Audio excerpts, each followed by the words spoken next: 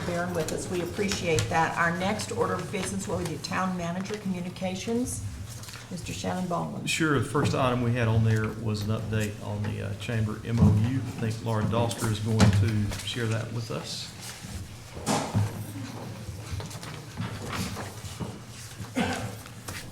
Mayor, Commissioners, thank you. We sent this out yesterday. Shannon, I'm assuming that it went out to all the one on the commissioners, the bullet points, so everyone's had a chance to review it.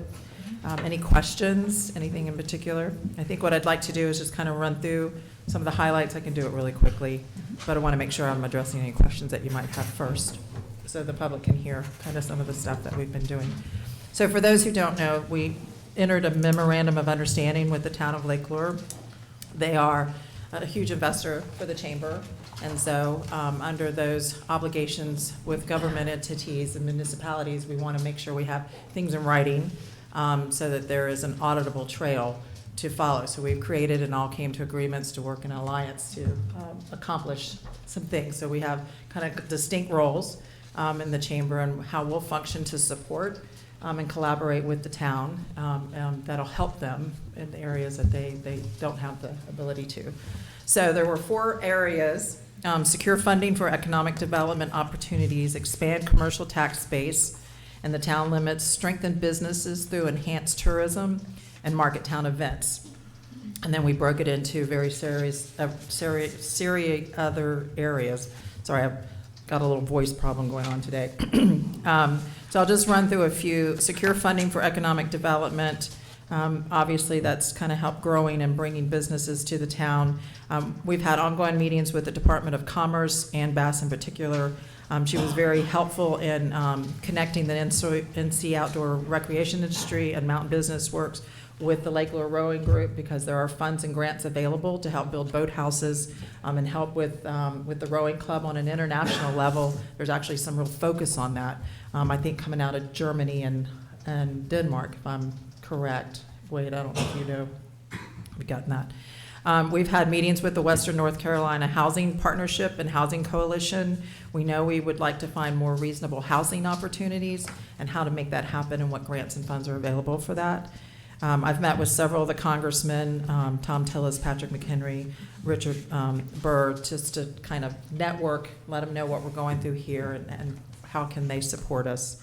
And then the chamber is going to create, working to create a separate entity under the chamber for a 501c3, which I've found in applying for these grants and funds, if you are a charitable organization versus a nonprofit, you stand better chance. So we're going to go form that and be able to align and hopefully apply for more grants and have more success. And then, of course, driving the HGTV Hometown Takeover campaign. We're going to continue working on that. We're talking about doing a letter writing campaign from the community to send. I got to get contacts where we can send and say, pick us, please pick us. So kind of fun thing. Expanding the commercial tax base. We are working with the real estate division at Ingalls and expanding that facility and what do we need to do. It's kind of in the neophyte progress stages. We are holding our first workshop panel that'll be coming out soon. It'll be held here at Town Hall, and it's how to have a successful business in Lake Lure. There'll be 3 additional workshops that we'll put together, but that was a big one recommended by Shannon, and we think it's a great idea, and we'll have some paperwork to hand out after that. We are working on Alan Moore. For those who know him, we've successfully been able to get him to come back to the table and kind of talk about West Side Connector, working with the Rumbling Bald Resort, the town of Lake Lure, NC Parks, making sure we have all the players at the table to see if that's a possibility and how to make that happen. We're continuing to meet with real estate leaders in the community. Our chamber decided for 2020 goals is to put together a prospect welcome to Lake Lure packet to give to the real estate leaders so that they can give that out in case there is an investor opportunity to come. They'll have kind of what are the gaps, where's some land and things like that. So I'll have to work with Shannon and the team to kind of understand. We know what the target areas are, but maybe to put a full package together. Let's see, there's a few others. We're working with the Carolina film community, connecting with Guy Gaster. He's the film commissioner, to find out what their direction is for 2020, because we've heard there may be that opportunity here again.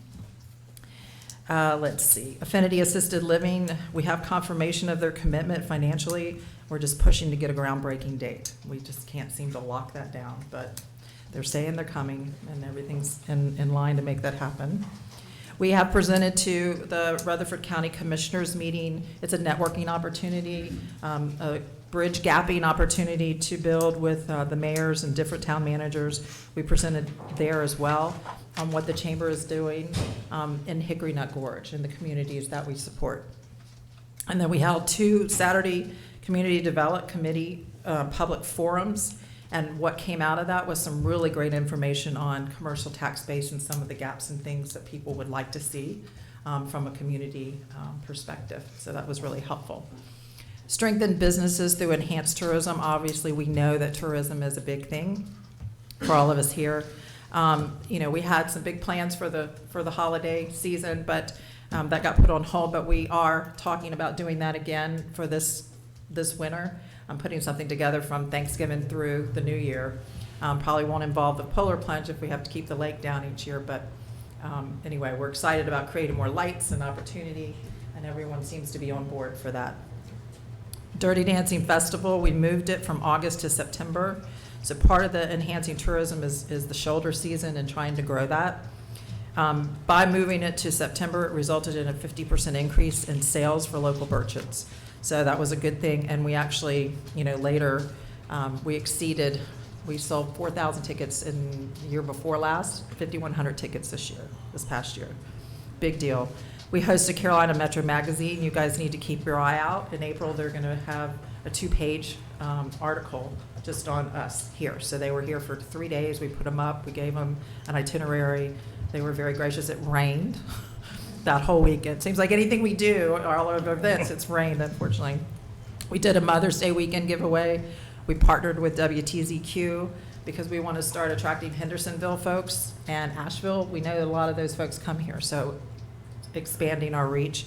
That was very successful. We had 2 winners of that competition, and we got nice thank you cards and stuff from them about how wonderful this place was. So hopefully we'll start drawing in more Hendersonville folks.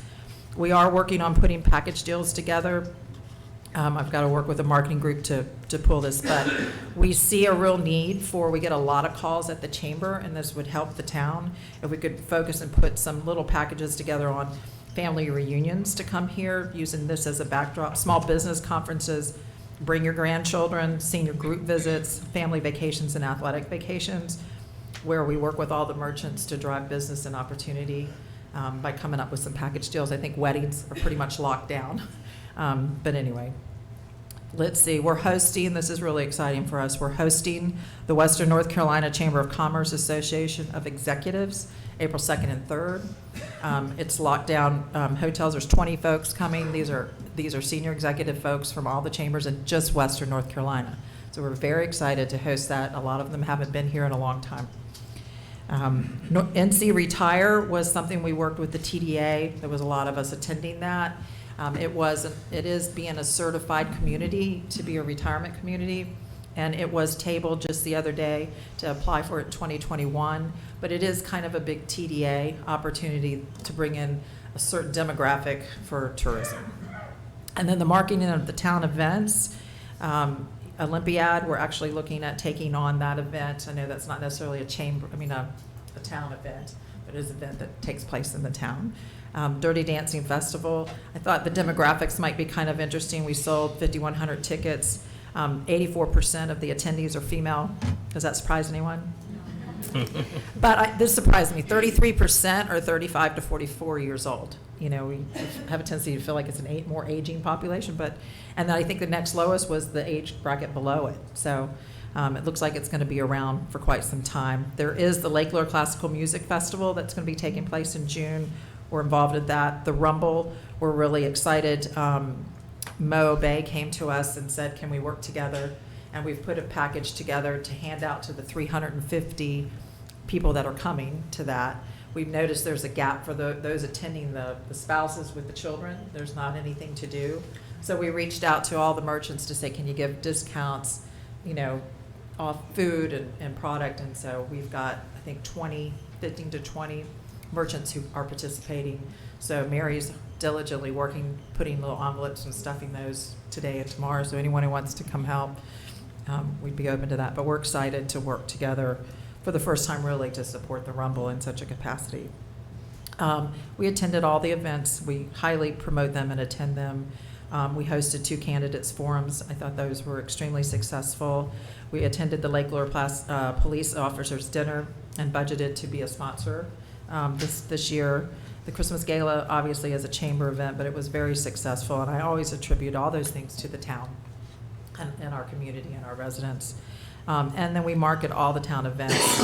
We work closely with Laura Creegee on making sure we post things on Facebook and we have it on the calendar and things to that effect. And we actually do an email blast to all of the chamber members on what are the upcoming weekly events. That's through the Gorge ad in the town. Any questions? Comments? No? Oh. What happened to our dragon boat races that we used to do? So my understanding is that the changes that were made, that wasn't a chamber event. I think that was owned by Tom McKay, if I'm not mistaken. That I think because of the situation in the river right there, it didn't support them being able to do the dragon boat races.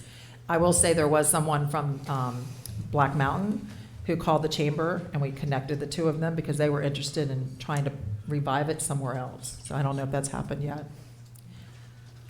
I didn't know I'd get questions, sorry. Well, when did the recharges start back? So we have our first recharge, great question, thank you.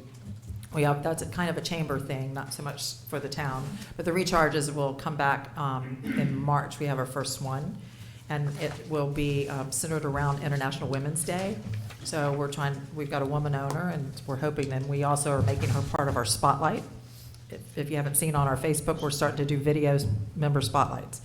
And so Mary Ayer Gale was the most recent one, and so we've got one coming in for Valentine's Day, and then we'll line it up with the International Women's Day for March. So I think we've got a March, April, and May lined up so far. Excuse me, my name's Wayne. I came down with Wade as part of Lake Lure Rowing Club, but I was my first meeting, and I came down partly because I just wanted to learn about the community and what's happening here, and I just want to say to you, Laura, that was the clearest presentation of, a view for economic development and community development that I could have imagined. It's a really great introduction. Well, thank you. It's a partnership. So right before the meeting, Laura and I discussed that maybe moving forward, what we've asked is the chamber to come and give council an update per month, and that maybe we carve out a section on the agenda just for them, not related to all the staff reports that we have. And as you can see, it has real value and it's getting a great response. So that may be something we do starting next month. So Laura, thank you very Thank you, much for Sharon. coming, Sharon. Any questions? Thank you. It's a partnership, and we're all profiting by it. We Yep. appreciate it. And this is great for us to really be able to hear from you exactly what's going on. Yep. So we thank you for doing that. We appreciate it. Thank you very much. Thanks, Laura. Next, we have is events. Laura Creed is going to come talk to us about that, events, and how we're communicating that information. But also recently, we are trying to, as Laura's position is a new position, and we're trying to work through what she does and how she does it. And there's some memos in your packet that bring clarity to those issues. But Laura's just going to talk to us about events and how she's communicating outward about those. Great, thank you. You'll see this handout, and you'll see these in the audience. There's some more on my table and in the front if anyone needs them. On the back of this handout is really a dynamic annual events calendar, because some of our events do change in nature and dates and such. But these are the major events that we have in the town of Lake Lure. And so we just wanted to publish these. These are on our website. On the reverse side, as a reminder, we just want to help communicate with everyone in our community where our town news is located. We try and communicate in a number of different ways as it relates to events, but also about town news. So whenever you go to our website, and you'll see that on the front here, and the website is at the bottom, townoflakelure.com. And there's some red arrows just to point out where you can go to find daily town news. So if something significant is happening in the town, we will publish it there under town news. So you can always stay current if there's something significant going on in our town. And on the right-hand side there, you'll see an arrow for our calendar. So if there's something significant going on that we're aware of, we'll place that on our calendar. There are a number of important updates that have been made, particularly over the course of the last month or two. So on the inside, you will see in particular some information which I know Shannon and some of our department heads will be talking about in greater detail. But as you think about the lake rising, and hopefully everyone's seeing the lake rising every day now, you'll reflect on, hopefully, and help share with others in the community all the accomplishments that were made during the time when the lake was down. It's always difficult to look at the lake being down, but hopefully knowing all the progress that has been made will help you feel a little bit better about that. And then, of course, the other major project that's going on that I'm sure Dean will be talking to you about is the marina and boardwalk. So we try and post the schedule for all the work that's being done so you can be aware and you can help us hopefully communicate with others in our community so they can become aware. So significant updates are always going to be in those locations, town news and events. So we post our meetings there and you can always stay in touch with what's going on that way. Just lastly, we also have a Facebook page, and so if there's something significant, we post it on Facebook. We have a number of followers to our Facebook page, and we bring people back to the website. And then lastly, we have a monthly update that I send out on email. So if you're not receiving that and you would like to, please do let me know, and we'll be happy to add you to that. And someone mentioned, for example, not getting a message from Everbridge this week. If you ever have a problem, think you haven't received something, please reach out to myself or to Dustin Waycaster. We'll be happy to check on that for you and make sure you get the communication you need. And is that? No, that's wonderful. And you got some news about a grant today too, right? It's finalized. Right, thank you. So the other area that I'm working on is helping to write grants and coordinate our grants with some of the key staff that we have and also our contractors. And this past year, as you know, we applied for a FEMA grant. We originally received $70,000, and you really have to watch your email. Last week they sent an email and said there was an opportunity for an additional $10,000. Could we submit? We did, and just before the meeting we found out. So our total grant award is $80,000. And a drop in the bucket for what we needed. It's more than we had yesterday. Great work, Laura. Thank you you. so much. Next, we just wanted to just have a brief update on the Boardwalk Marina replacement project that's underway, and then Dean will follow up with some information about dredging as well. So Dean's been doing great work. Dean? With the boardwalk, the demolition is complete. The dredging that we had to do in the Bay Area for the boardwalk is complete. The docks have been ordered. We have a delivery date, beginning delivery date of April the 7th. The land-based walkways that will connect to the boardwalk are under construction right now, and the project completion date is May 22nd, 2020. Moving on to the boat ramp, we have built a new boat ramp out here in the marina. Many of you have probably seen it. What we've got now is we've actually got the ramp itself in and the shoreline armory. And the next things need to be done with it is putting hot docks on each side of the boat ramp for boats to be able to launch. And also, before that ramp can go into use, we have to move dock B that's out there. Where we put this boat ramp in, it comes really close to the dock, so we need to get that dock out of the way. And also, we're gonna look at doing a new traffic pattern for where the ATM is. if you're coming from here toward the ATM, the right side would be the one-way in, and it would circle around the end of the parking lot and one way out. That would allow for the flow of the new boat traffic moving to the new boat ramp and keeping it out of the tight area that it's been in. Next thing is dredging. We've had a few areas of dredging. One is Rumbling Bald has completed their project, and it was done by their funds. Firefly Cove has completed a dredging project, which was completed by their funds. The Marina Bay out here, as I just said, was completed.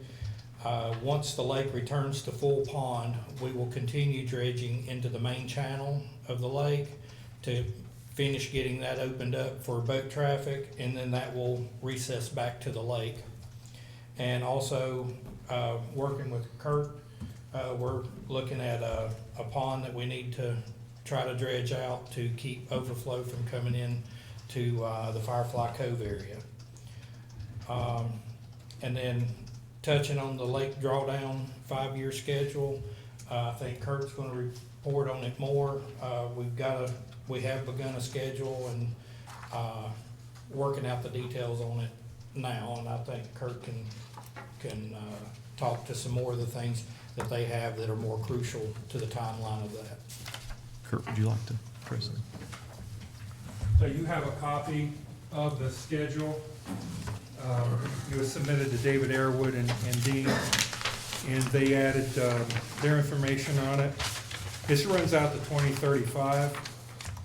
So the top items under the hydroelectric facility, that's the yellow bar. There's 3 items associated with that. So there are 2 warranty components with the Quake Rapid penstock. One's a 1-year warranty for workmanship and a 3-year warranty on materials. So we want to bring, the idea right now, proposed idea, is to bring the Quake Rap team in to assist us. David Airwood, myself, and the new operator, whoever that individual is, will go in and inspect the Quake Rap before that 1-year warranty expires. So that would be December of 2020. Number 2 is the 3-year warranty inspection, so that's 2022. And then I just recommended after that, excuse me, after 2022, a 5-year inspection program. And the concept would be, we'll hit the first one presumably in 2027. And if those 3 inspections don't indicate any problems, we can extend, instead of doing every 5 years, maybe every 8 years or something of that nature. That's just a target right now. And so in talking with Dean, he had items under lake operations, which is the blue bar, items 4 through 9 were Dean's, and he just indicated that he can get his work accomplished whenever the lake is drawn down for the Quake Rap inspections. So the only one that's different is number 4, relative to the Morris Park. He needs it drawn down on 2021. So what happened, then the green bar is LaBelle engineers, the wastewater engineers. I'm sure whenever the lake's down, they're gonna wanna get out and look at what we call now the backshore area, which is from the drawdown level to where the homes are. So the bank that's exposed by drawing down the lake is called the backshore. And they'll wanna get out there and take a look at that. I mean, we just plug them in for that. But the schedule results in a drawdown for the next 3 years. That's the proposed schedule. Any questions on that? So once we get in with Labella and we look at sewer, this could change. This is a draft in progress. That's right. Based on, obviously, Labella, when they're doing their design components, they may need some design-related information. They'll inform us, and we'll have to deal with that, cross that bridge when we come to it. So it's a work in progress, and that once we finalize this, we'll bring this back to you for adoption. Once this is adopted, we can then begin communicating out to the community about this, and so then the community then will need to take this into consideration when they plan and they conduct their activities. So it's something that the council asked for, so we're moving the ball forward. So we'll have a schedule similar to what we had this year. Yes. Which indicates, so people can make decisions ahead of time. I don't know when that schedule might be, sometime this summer, whenever it is, so that people can make plans ahead of time, knowing when the lake is gonna be drawn down and what's gonna be happening in each segment of that drawdown. And just to let you know, it would only take probably a day for the penstock inspection. Yeah. So, there might be some setup time, so it might, during a week, it would be done. I think this year is a good example of where there was no fumbling around while the lake was down. Everyone was busy taking care of their issues, and we've accomplished a ton of things while the lake was down this year. All necessary, but everything was programmed, and everyone did an excellent job. So thank you guys. Thank you. I think that the other two items I'll lump together, which is dam rehabilitation and the dam bridge replacement. By the end of this month, we will have options from Schnabel regarding basically a menu of things that we can choose. We'll have life expectancy as well as cost associated with those different options that we'll have for dam rehabilitation and some associated phasing. We just had a conference call with USDA today. Schnabel was on the line, as well as Labella, and we were talking about the types of loans that would be needed, the phasing process, but we're working closely with those who would loan the money, those who would design the solutions to our issues, and so we're moving all those things forward. We'll have those options and magnitudes, cost, really just within a few days, but certainly by the end of this month. Just one question, this is back to actually to the boardwalk marina replacement, sorry about that, but I know we've addressed it before. Just to reiterate, this boardwalk marina replacement is self-funding. Yes, absolutely. So maybe you can just elaborate a little bit on Yes. what that means. So basically, there are no taxpayer funds being used to fund the construction of the boardwalk, near the boardwalk or the marina. We had over the last 18 months, we've had 3 individuals who fell on that boardwalk and ended up in the emergency room. They were older, and League of Municipalities would come in, they'd do an assessment. Dave basically had a maintenance schedule, strict maintenance schedule for the employees to go down and basically take a hammer and knock the nails down, replace boards. It had reached its useful life, and it was becoming extremely dangerous, starting to move, shift into the lake. So the new boardwalk is going to be floating aluminum, and so there'll never be an issue again with deteriorating boards. And that's just becoming kind of a policy of ours to use aluminum and materials that last rather than wood. Sometimes you have to use wood. But it is going to be self-funding. The slips, the proceeds from the slips that are rented will go to basically pay for the boardwalk and the marina itself. So no taxpayer funds will be used for this project. So Thank you. you're welcome. Next, hydroelectric plant repairs and some of the sewer repairs and replacement. I think Kurt and David are going to talk about that a little bit as well.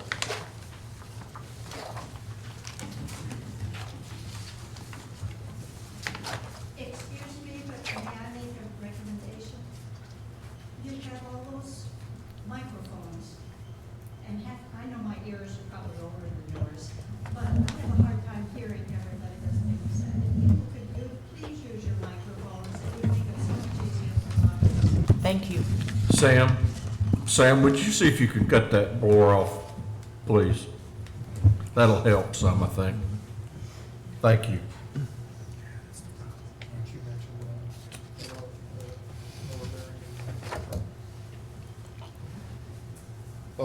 I'll start with the hydroelectric plant repairs. Last month Kurt hit and showed everybody what had been done to the penstock and the major repairs that were done in December. But we had some other things done, you know, before we shut down. Our lower bearing went out on our big generator. We've had that lower turbine bearing replaced and reinstalled. So once the lake comes back up and a few more repairs are made, that generator will be ready to go back into service. Another thing we had done, we were having some issues with some of the electrical components of our butterfly valves. We have cycled both butterfly valves fully. They are operational. They seem to be working pretty well. We still have a few minor adjustments to do, but they will work like they're supposed to now with the controllers. So that's great. The only other thing I have on the sewer is to do with the sludge at the wastewater treatment plant. I've been in touch with Republic Services, which is the landfill in Inner East, South Carolina, that would take the sludge that we remove from the plant. They will not accept that sludge before May, June, somewhere in that timeline. They said everything was too wet, too saturated right now, and they had took in so much that they would not take it in bulk until that period of time. So we're I know we've made a budget amendment a few months ago to remove the sludge out of there, but we're kind of at their mercy because we have nowhere else to go with it. But I told them as quickly as they seen they could start taking it to let us know. And we're gonna still be in touch, me and Kurt, with Bionomics out of Charlotte, which is the ones that would bring the belt press in to process the stuff. So as quickly as we can make it happen to remove that sludge, we still have plans to do that. So Good. That's all I've got. Thank you, David. Kurt? Just a few comments. Regarding the quake wrap, I forgot to mention, I laid, Mr. Kelby has one, and Mr. Moore has one. That's a replication of what's in the penstock. And the smaller one is layered, so you can actually see the layers. When I sit down, I have some more and I'll pass them around. But that's fully cured. It's thin. What you have is thin, and the reason that is thin is because they just laid down a piece of plastic on a flat table and did the layers. But in the penstock, we have rivets, and so it's much thicker than what you see here. On the wastewater project, the Labella engineers are completing their tech memo. They have received comments from various individuals who reviewed it and have given their comments back to Reese Walsh. He will be publishing that very soon. And I think he has submitted a proposal for the next task. I haven't seen it. I don't know that I have it, but it doesn't matter. I think they're ready to go into their next task order. And of course, we have a lot of conference calls. We're going to have a conference call coming up with the DEQ in Asheville, the Asheville regional office, and we're going to start developing the special order by consent. That's going to be in process. I think just to give a little context on that for the audience and council, the SOC is a document, a legally binding document that the town enters into with the state DEQ. And it basically spells out the actions that we're going to take and the timeframes that we're going to take those.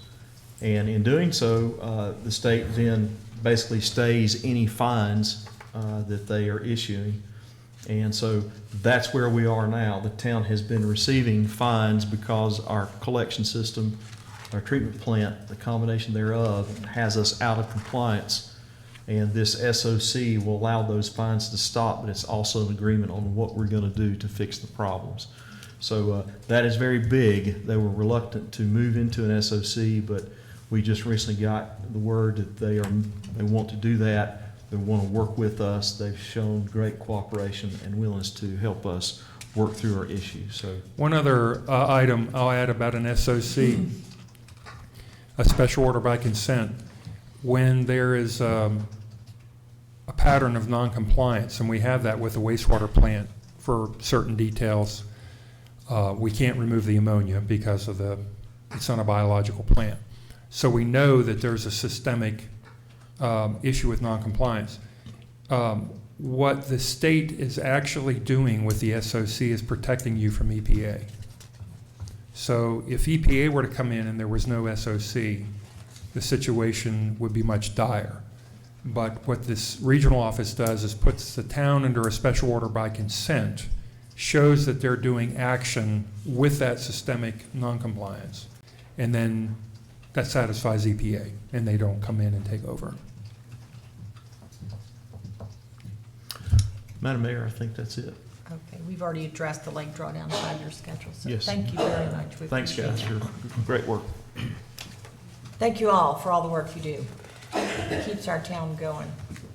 Our next order of business is presentations. The first will be Census 2020.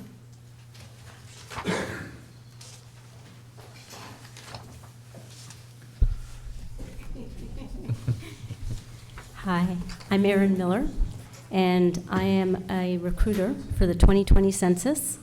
And so I would love to talk to you today a little bit about the importance of the census and also our needs for census takers, specifically in the Lake Lure area. But even if you're not from Lake Lure, like if you're from Buncombe, as an example, you can also apply for these jobs. So let me speak a little bit about the census first. So the purpose of the census, as you all know, is to gather the population. But why do we do it? Why do we care? So first of all, it's for the representation that we have in the House of Representatives. And Roy Cooper, our governor in North Carolina, believes that we have enough population to actually gain one more seat in the House of Representatives. And so he has tasked not the Census Bureau, but he has tasked people within each county to help to ensure that the census is, that everybody fills out the census. So all of the people who need to. Now, most of you are probably going to fill out the census, right? Like you understand that if we don't have a complete count, then what happens is we don't have the information for businesses who come into the area as to what kind of population is here. We don't have the information as to what kind of roads we may need. We don't have the information as to what kind of schools we may need. So as an example, we didn't count in Rutherford County, the whole county, not just Lake Lure. Last census, we did not count 21% of the population. That means that in terms of money that could have been received from the federal and the state government, we did not receive somewhere between $50 and $100 million. So that's a huge amount. So I'm here because I'm passionate about the census and making sure that Roy Cooper wants to get to 80%.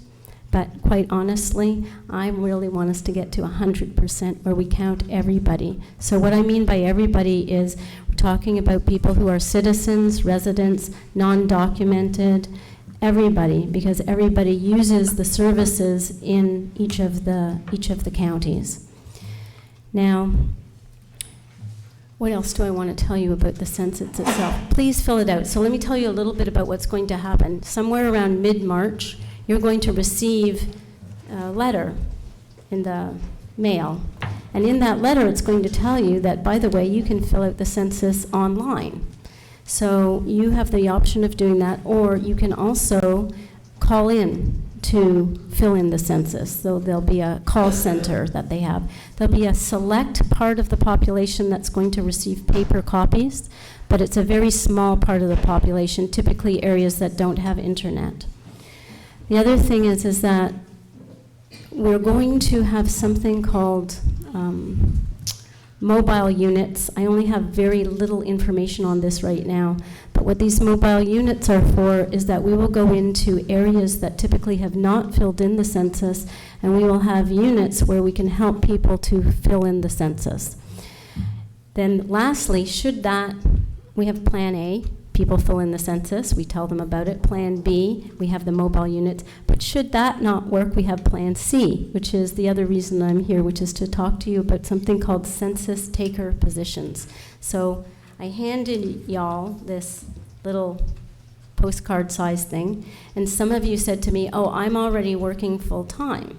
That's cool. Hand it on to somebody else. So, and I'm serious about this, and even if they don't work in this county, or even if they don't live in this county, we need another 9,000 people to apply in western North Carolina, in all of the counties that are considered this part of western North Carolina.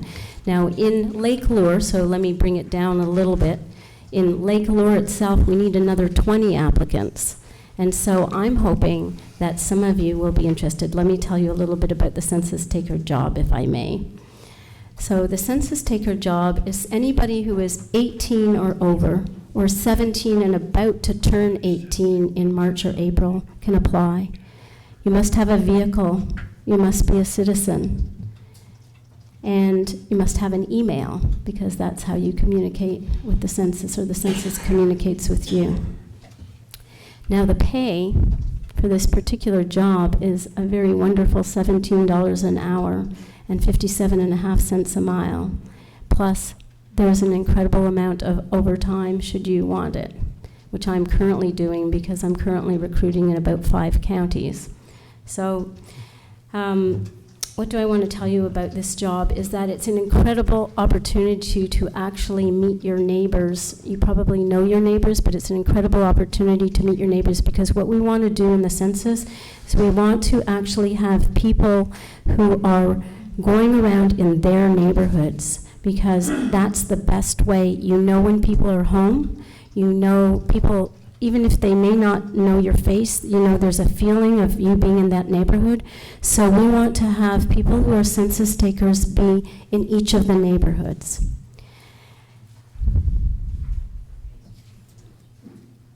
Is there anything else that I want to tell you about this? There's one thing I'd like to mention, if I may. Please. So, the revenues we receive from the state of North Carolina, sales tax revenue is redistributed based on population. The POW bill funds that we receive to upkeep your roads is a formula. It's based on miles and population. If we get our numbers up in Lake Lure, we will get additional revenue back from the state of North Carolina. Sales tax and POW bill money. So it's very important to us as a town that we register everyone that we can register in our town limits. That will help us get additional revenues back to our budget right here in the town of Lake Lure. Yes, it's beautifully said. That's exactly it. And so, please, if you're thinking about it, apply now, because I'll tell you a few pieces of information that is hot off the press, since I was just in our Asheville office, which is the one that supports all of Western North Carolina. And that is that in the next 4 weeks, they're going to be calling, in Western North Carolina, 4,900 people to for the selection process for these census taker jobs. So if you are considering it at all, please get yourself into the application pool. So all you need to do is go online, 2020census.gov/jobs. Make sure you take 3 steps, which is fill in a profile, click on the link in an email they send you, and then fill in a very simple 34-question application and get to the congratulations screen. I'm telling you this on purpose because you'd be surprised how many people think after filling in the profile that they're in the pool. So it's really easy. Then wait for a phone call. Now the phone call, so I'm going to tell you, if you decide to apply, because I know some people have approached me already that they want to apply. If you're going to apply and you're waiting for a phone call, please answer your spam calls. But let me tell you something about the Census Bureau. They will never, ever ask you any highly personal information except for your name when they are talking to you about the job and whether you want it or not.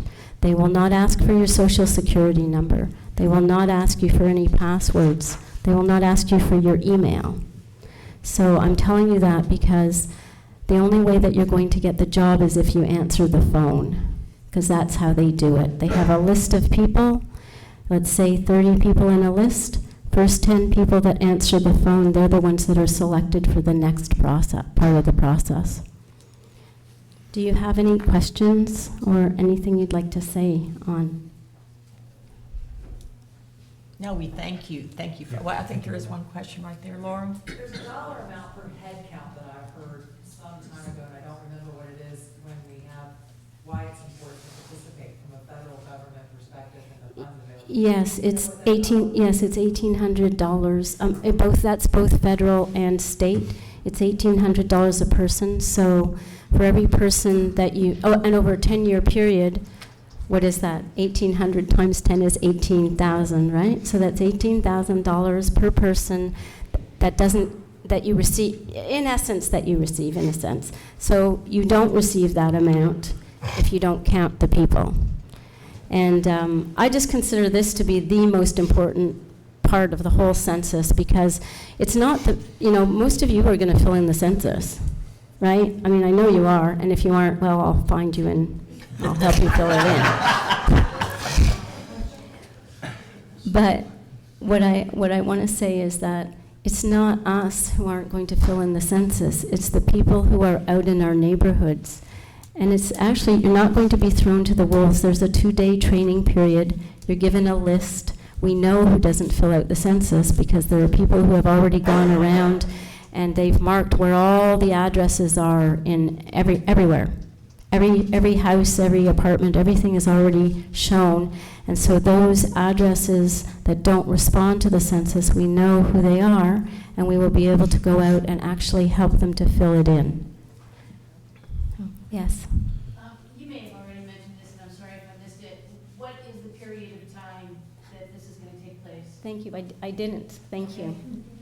So the actual calling happens now in the next 4 weeks. The jobs themselves, the training and the jobs themselves, most of them will happen between May and August, because the census taker jobs are after people have not filled in or not filled in the census, which is April 1st. And these jobs are about 8 weeks long. Don't quit your day job or your part-time job. And I really say that in all seriousness because, sometimes we'll go to places like Ingalls or we'll go to other places and they're really afraid that we're going to take away their employees. But this is not for that. This is so that they can actually keep those jobs and earn a little bit of extra money. Yes? I hope you're doing this presentation at the Lake Lure Classical Academy for the seniors. They're great summer jobs. I would love to. I'm not currently scheduled there, but I would love to. Contact them. Yes. Sure they'd be happy to have you present. I would be happy to do it. Thank you. So that's one other thing, if I may. This is why am I talking to you besides to tell you please apply, is that if you have a business, if you have a Facebook page, if you have any kind of social media, we have flyers, PDF and JPEG flyers, and I have a script.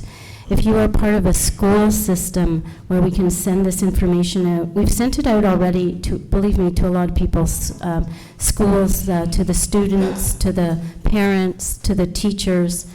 But what happens is that there's this kind of memory loss that occurs after a couple of weeks or so. And so people forget that these jobs are even available.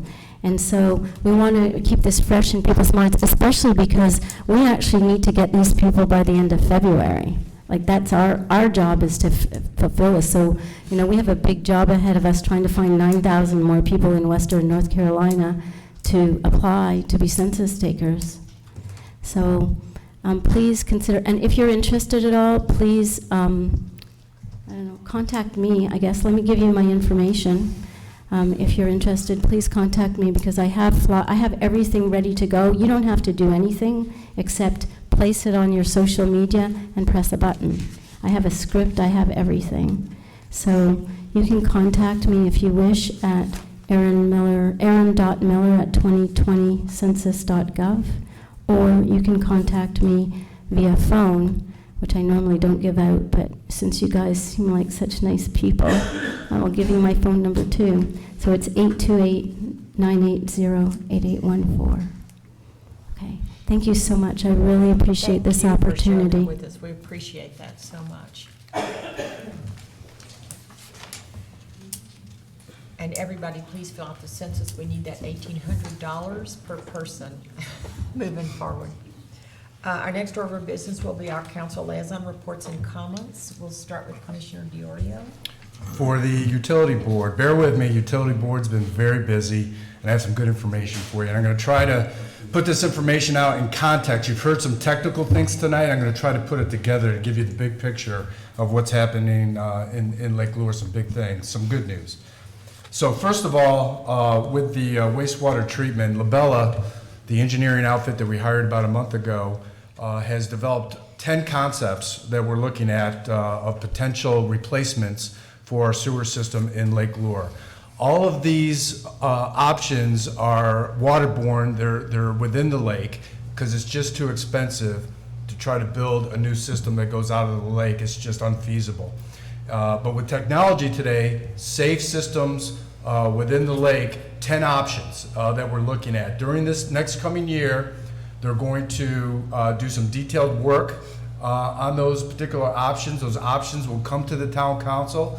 We'll make decisions, and we hopefully will be ready to implement in phases, starting with the first phase, this next potential drawdown period this December. Some of the work when the lake was down that we were able to accomplish was a drone geological survey of all what we're calling the backwater area. That's the area of land that becomes uncovered as we lower the lake. So we have a complete detailed survey of that, because most likely a good majority of our new sewer system is going to be in that section. So we're already ahead of the curve here going into next year. Now with this planning, you've heard a lot about what needs to be done for the lake drawdown. The big picture is between lake operations and what Dean has to accomplish, what the hydro plant has to do for ongoing maintenance to get that thing healthy again, and the wastewater treatment system. There's a lot of spinning plates for what's got to happen when we do the drawdown. We are committed on the utility board, and the town council will provide oversight of making sure that when we bring the lake down for whatever period that would be and that we have to do, that we are ready to implement these things right away, so we take full use and get full value from the time that the lake is down. This time, an amazing amount of work, more work than I've ever seen in a drawdown period, was accomplished because we had great oversight, largely because of our town engineer, Kurt, who was supervising everything that was going on to make sure no one got in each other's way, and we took full value of that time. We're going to do that again. So be rest assured, we will articulate when the lake is going to come down, we'll tell you what we're going to accomplish, and most importantly, it takes a year of planning to be ready to implement when we get there. And that way, we can minimize the time that the lake is down, so we can enjoy it more months out of the year. So that's what we're focused on. Labella is working hard. They understand that, and it will design a phased approach to fit into those drawdown periods, and we're off and running. The other good news I'd like to share, and something we've accomplished most recently that we've never had before, is as we approach the solution to the wastewater treatment plant, we are lockstep with the state. When we sit down and discuss these options, we have the best engineering firms around that Labella, who is the best in the business, with the state who approves all this stuff. By the way, those that would supply the money and the funding and resources for our community to go up against that are also at the table. The town is at the table. Everyone that needs to do maintenance is at the table. So we're all there, and we're lockstep, first time this has happened, as we approach and go through the year. That's a huge improvement. And we've reached as far as, talked about resourcing, and the town manager has alluded to that, we're reaching as far as the federal government and those agencies, particularly USDA and Senator Tom Tillis's office, to help find some resourcing, some low cost or even grant resourcing that we may be able to use to move forward. So all this is going on at the same time as we progress, and we suspect that this next drawdown period next year, you'll see some major advancements towards the wastewater treatment. Won't be a complete solution, but that we plan on getting started at that point. Second item, that was just the first one. I have more. Second item that the utility board is looking at, internet connectivity and cellular service. A lot of confusion on this issue, and so please bear with me. I want to explain this to you so everyone knows what's going on with internet connectivity and cellular service in Lake Lure. The highest priority that the town has right now is upgrading our cellular service in this area.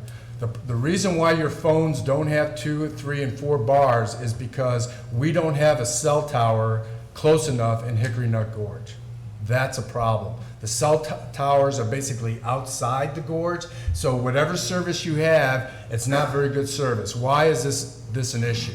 It's a big problem. It's actually a public safety issue, because if you can imagine, People trying to pick up their phones when they try to dial 911, if they're on a trail, if they're at the beach, whatever, and they can't reach 911.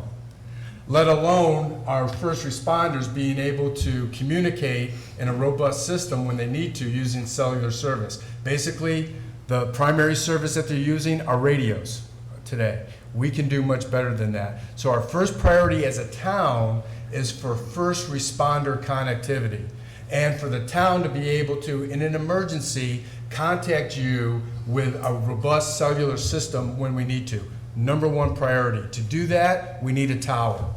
The zoning people in town, Brad and his team, working with the town manager and the utility board, have been looking for a solution of how to get a tower in Hickory Nut Gorge.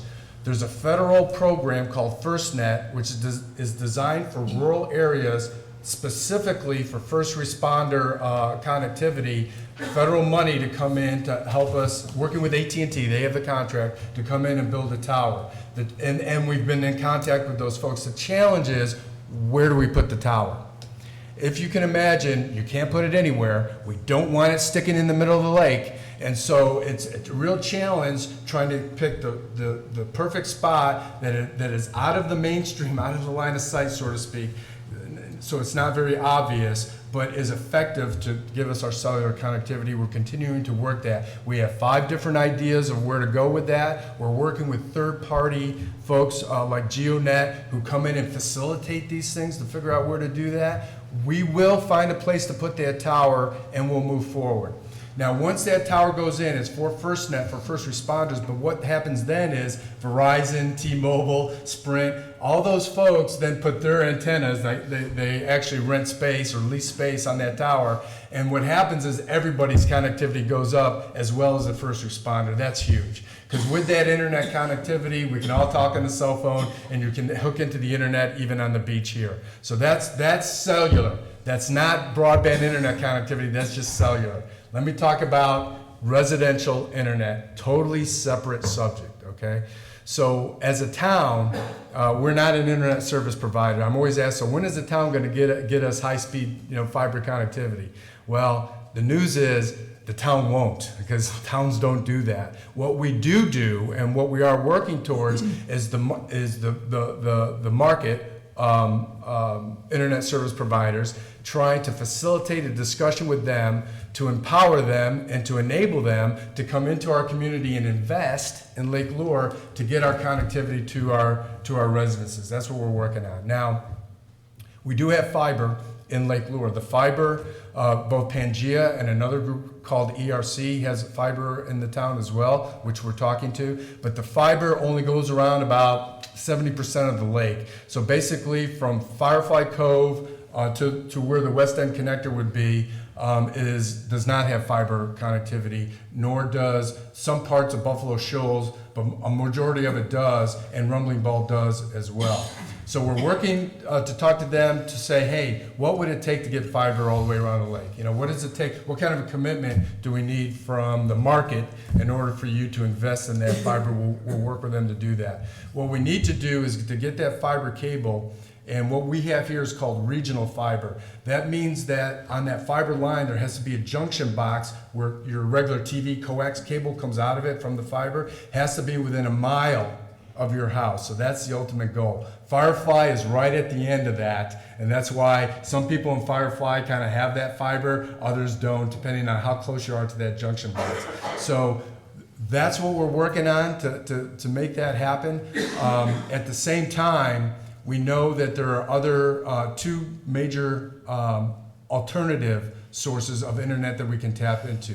If you haven't heard, one of them, which is available today, is called Skyrunner. And Skyrunner, if you look at their website, if you're having trouble with internet, you can get a hold of these guys. They put out it's like a big Wi-Fi. It's like the same Wi-Fi you have in your house, except it's for the whole lake. So it's a strong signal. There's 2 antennas, one's on the water tower by the Lake Lure Academy, the other one's up at Chimney Rock State Park, and they beam. And so to catch that beam, you need a dish, all right? And so the folks will come out, see if there's strong enough signal, put a dish on your house, and a little bit more expensive than the fiber, say through Northwind, but at least you'll get internet connectivity. So that's an intermediate gap.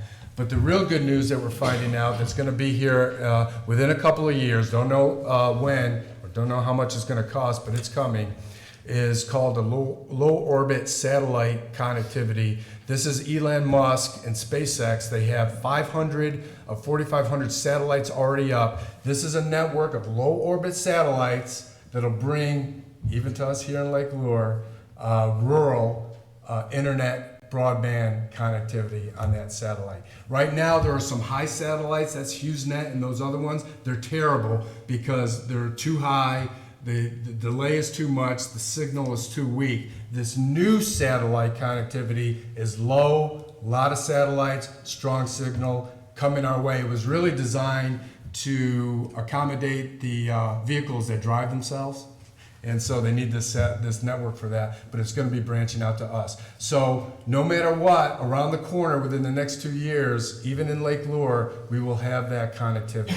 So those are the two things that I wanted to explain to you. Cellular service with a tower that we're working on, and enticing the market to come in and get us fiber as an interim, and keeping you notified when that low orbit satellite will come into play. Hopefully that clarifies it a little bit about what's going on. Third thing I want to talk about very briefly is you may have noticed on 64 that there's a fiber going in. It's like, great, this fiber going in. That's what I thought. I saw the fiber going in. I said, wonderful. We have new fiber that's going to be buried in Lake Lure coming around 64. Well, not so fast. That is a fiber. What that is Duke Power is putting in a fiber line that's not public. It's private for them. And what they're doing, this is part of this is good news for all of us. It's a bigger plan where Duke Power is bringing in heavier gauge power lines. You'll see them going in on Route 9 and going towards Ruffton. They're putting in new lines that are able to withstand trees and wind and all that. And they're coming in from two different directions. So we have redundancy coming into Lake Lure, and to manage all the switches for those new lines, for the transformers, and whether your power's out and the switches to your house, they're putting in the fiber to monitor where the power is. So you no longer have to pick up the phone to call them when the power's out. That fiber connectivity is to those switches, so Duke knows exactly what's going on. Why did Duke do this? A couple of reasons. You, about a year, I guess it's been 2 years now, complained to Duke saying, hey, why all these power outages in Lake Lure? They listened to us. They're upgrading those lines, and they're monitoring those lines a lot better. And you see them working. It's about another 3-year project, but once they're done, we'll be up to at least the state standards, probably better than that, for continuity during storms of power. So that's what that fiber in Route 64 is doing. And sorry for the long-windedness, but I thought it was good information for you. Thank you. Thank Bethany. you That's so all I have. much. And now, I'm gonna talk to you about the fish habitat and the ABC store. So we're gonna talk about fishing and drinking. So sorry, I can't get too technical with that. Lake Advisory Board had our regular meeting. We did talk about fish habitat, and I will tell you that having to have a lake down every year does not help our fish habitat. We are down pretty much to the place where we do not have any grasses in the lake bed, and the lake bed is great for fish habitat. So there's nothing we can do about that. You know, we're drawing the lake down not because we want to, but because we have to. So we're gonna have to live with that. But the fish population is good. Gary House and Fuss is over that area. Christmas trees. If you buy a live Christmas tree next year, be sure that you can bring it right over behind behind the ABC store there at the boathouse and leave it. It's great. Gary House and Fuss does that, and they put those out for fish habitat and sink those in the lake. Dean, I don't know if you mentioned a minute ago, there's with the new marina, I think there's only 22 slips that are still available. It's between 20 and 30 slips Between- if everybody takes them. That if everybody that's on the list takes them. So just to let you know that the new marina is almost full already. But that's why we built it. So I just wanted to make you aware of that. ABC store, I was asked this question 8 weeks ago in this meeting. Last month's meeting, we were honoring Woody Price, and I kind of got off and failed to speak to this. One of my favorite citizens in Lake Lure asked me during the meeting in public forum about the ABC store and who sets the ABC store hours. And the answer to that is that the board and the store manager, they do set the ABC hours, and it's their discretion. And when they make a change to the regular hours, they post a notice on the door at the ABC store at least 2 weeks in advance of that change being made. I have asked them to check into the possibility of a marquee. That's something they'd have to get through with zoning on to see where they could put that outside and have that posted. So, believe it or not, Pat Cook did not send me an email or call me for 8 weeks to ask me why I didn't answer that last time. So I feel pretty good about that. The new manager, the new manager's doing a great job. John D'Ambra, I'm sure a lot of you know John, and he's has a lot of retail experience. And so he's already got a training scheduled here at Town Hall for all the local distributors, people that have restaurants and that use the services of the ABC store, to bring in all the ABC store employees throughout the county and through the restaurants, to learn about how people try to use fake IDs and understand all the rules. So John's got that lined up. That's going to be, I think, sometime next month. And we did increase the ABC board. It's been 3 members forever. Council decided that we wanted to raise that. The guidelines allowed us to have 5 members. We raised that to 5 members. We've got one of our members here tonight, new members. So we have the other new member, Richard is one of our new members. Our other new member is Bob Casano, who's the manager at Ingalls. And if we needed somebody who's got retail experience, he's the man. So I think that's gonna be a good thing for the ABC store. That's all I have. Thank you Thank very you. much. Okay, the zoning and planning met on Tuesday, January 14th at 9:30. We didn't have anything exciting to talk about like fishing and drinking or internet or sewer. We're going over the ordinances line by line to line them up with the new requirements of the state, and our biggest challenge, frankly, is staying awake. But that's gonna be our big project for the year, unless something. Staying awake. Staying awake, exactly, is getting these ordinances to mesh with what the new state requirements are. So Brad's doing a great job on that, and we're getting that together. The one project we do have is we're still working on our sign ordinance, but that's there's not a real sense of urgency there. We're just kind of plodding along and making improvements to that as we go, and we will eventually have it in a form that we can present to council. Tom McKay was appointed chairman, and Jonathan Hinkle's vice chairman. Thank you. Patrick. Yeah, this should be quick and easy also. Lake Structure Appeals Board and the Board of Adjustment elected Melvin Owensby as the chairman and Bill Bay as vice chairman for those. Board of Adjustment had a variance request from December that was postponed to January and is postponed again to February for a resident. The Lake Structure Appeals Board did approve a request from the Gurneys at Havner's Point Circle for the construction of a covered dock at their location. Parks and Rec did not meet in February due to the rain event. We canceled that. Larry Kajowski sent me just a quick piece about conserving Carolina and Weed Patch Mountain Trail. 15 and a half hours there. All the trails are open. After the recent weather event in January, both trails were still in good condition at the PCP Loop and the Weed Patch Mountain Trail. I don't have count numbers on the trail counters, but those will be coming in when we do our next meeting. So, Okay, all right. thank you. Certainly. Thank you all so much. I know that takes a lot of time, and we thank you for it. We'll now move on to our public comment. Anyone in the public is invited to speak on any non-agenda or consent agenda topic.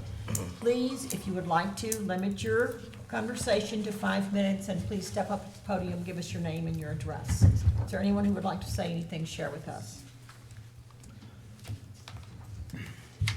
Well, we appreciate that. Thank you for coming, too.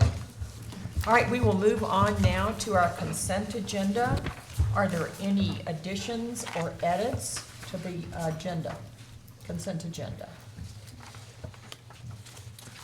I'll move we accept the consent, or we approve the consent agenda. I'll second the motion. All in favor? Aye. The consent agenda as approved as written. We will now move on to unfinished business. Do we have any unfinished business? We have nothing listed. Then we will move on to new business. Our first order of business under new business is resolution number 20-02-11A, quit claim of town property to Garland and Cynthia Pruitt. Brad, Mr. Burke. thank you.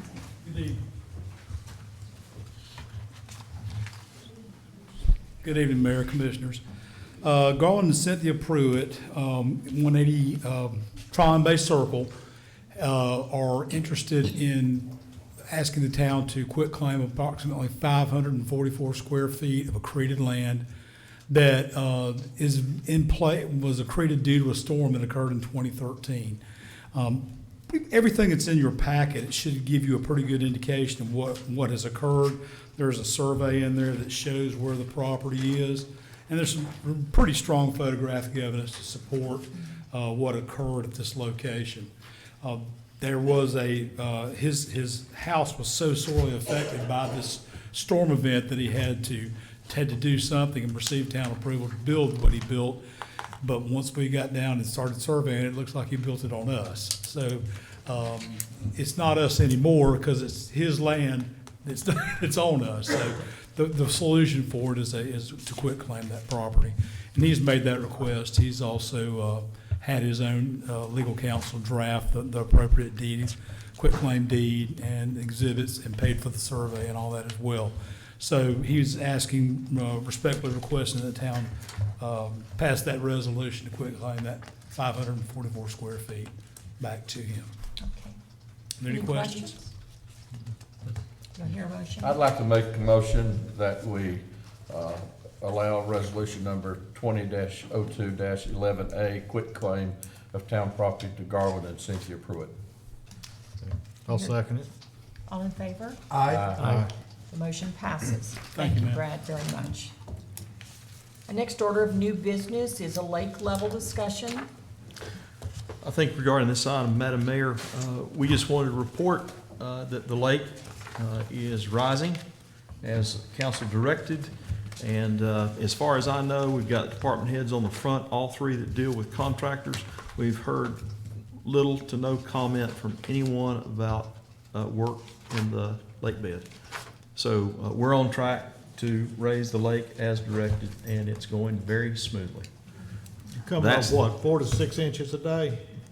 Well, depending on the amount of water we're getting, but we're basically 5 feet below full pond at this point, and Right. still rising. We've been coming up around the half an inch an hour at the total rate of water we have coming in. It's about a foot a day. Yeah, depending on the rain we get, we're gonna try to take advantage of what rain we get and try to keep bringing the lake up. We can't raise more than a foot and a half, 2 foot a day per snobble and dam safety, but we'll stay within our guidelines and absorb every bit of water we can. Thank you. So if the rain continues, you'll be able to, you saying you'll be able to bring it up about a foot a day? That means we'd be full pond in about a week, less than a week. I'm not, it'll dry up if I say that. Say that. Well, then don't say that. Don't say anything. We're gonna come up what we can, what the good Lord gives us. Okay, good. Good cover. So it's on track. We just wanted to let you know. All right, our next order of business, the Dam and Hydroelectric Plant Director Job Description Approval. Shannon? Yes, Madam Mayor, in your packet is a job description that is, I wouldn't even call it a hydroelectric plant operator position. It's a director position. And given everything that has taken place down there at the plant, what we are recommending is with the resignation of a recent operator, that we backfill that position with a person that can basically serve as a director at the department head level regarding the hydroelectric operation. We have maintenance, we have inspections, we have improvements, we have standard operating procedures that need to be in place. There are a lot of the routine items that we just need to make sure that we do on a regular basis. Someone with experience in this field, someone with a maintenance background, someone who understands energy production, so that we bring a level of professionalism working with SDG Engineering, with David, with various members of our council that have great knowledge about this subject, that we have somebody that can oversee this and take some, basically the responsibility from David so he can focus on the other things that he's been working so hard on. So that's a recommendation from a town manager regarding this. And then once you approve this position, if you do, we then will place an ad and recruit a person to fill the position. That's it in a nutshell. Any questions? Hear a motion? I'll make a motion that we, let's see, I guess we got a recommended motion. Approve the dam and hydroelectric plant operator job description as presented to us in our packet today. I second that motion. All in favor? Aye. Motion carries. Madam Mayor, may I take the liberty just to say one thing? Of course. I'd just like to say, this position that Shannon's talking about now, I've been here 28 years. I've been a part of, in some way, 28 years. And, you know, we're facing a lot of things, but I want everybody to understand that in 28 years, I've never felt the way I feel now about the quality of the people that we got that are involved, that are making decisions. Guys like this that's got the passion and the expertise that he has, the time he's putting into it, and everything in this council, and our commitment to doing what's right for the citizens of the town. So it's a good time. We thank you for that observation. Our next order of business is a closed session in accordance with GS 143-318-11A3 for the purpose of discussing legal claims. This will be a longer closed session. I'm just letting you know that you're welcome to stay and come back and wait for us to adjourn, but this is the last item, and so you may want to take advantage of the refreshments and enjoy yourself. Do I hear a motion to adjourn to closed session? I'll make a motion, we adjourn to closed session. I second it. All in favor? Aye. Nice comment.